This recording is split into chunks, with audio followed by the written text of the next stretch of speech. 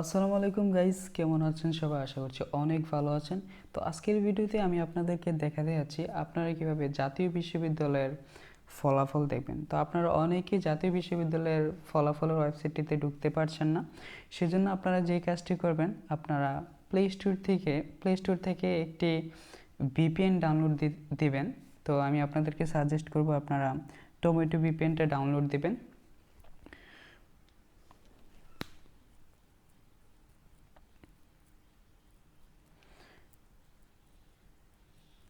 তো guys ভিপিএনটা download করার পর আপনারা ভিপিএনটাকে কানেক্ট করবেন। তো আমার কাছে যেহেতু পেইড ভিপিএন আছে, আমি আমার পেইড ভিপিএনটাকে কানেক্ট করছি।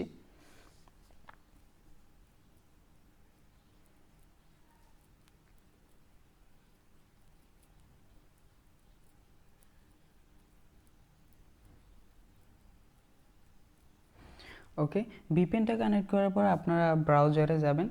ব্রাউজারে যাওয়ার পর আপনারা ব্রাউজারে গিয়ে লিখবেন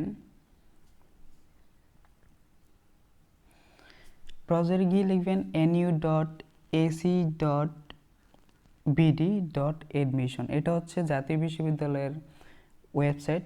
মেইন ওয়েবসাইটটা হচ্ছে এটা।